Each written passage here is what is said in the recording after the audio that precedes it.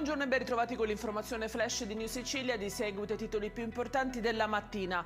In apertura la politica con fibrillazioni nel PD in Sicilia. Il clima nel Partito Democratico Siciliano si sta surriscaldando con crescenti tensioni alimentate dalla posizione del gruppo parlamentare all'Ars.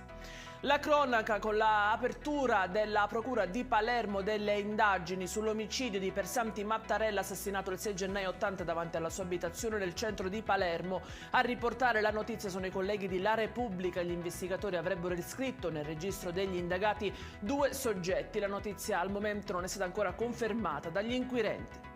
Tentativo di evasione nel carcere di Trapani è stato sventato dagli agenti della polizia penitenziaria che hanno scoperto un buco praticato in una cella situata al piano terra del reparto Mediterraneo. Un anziano è stato trovato morto in casa a Santa Maria del Focallo, una piccola frazione di Ispica, siamo nel Ragusano. L'abitazione dell'80enne all'arrivo dei vigili del fuoco era invasa dal fumo.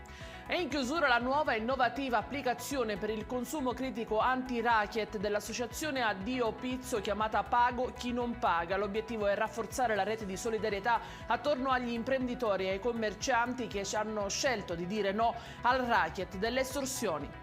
Ed è tutto per questa edizione. Io vi ricordo come sempre che i dettagli su queste notizie e molte altre li trovate sempre sul nostro sito www.newsicilia.it e sui nostri canali social. Appuntamento a più tardi alle 19:30 con nuovi aggiornamenti. Arrivederci.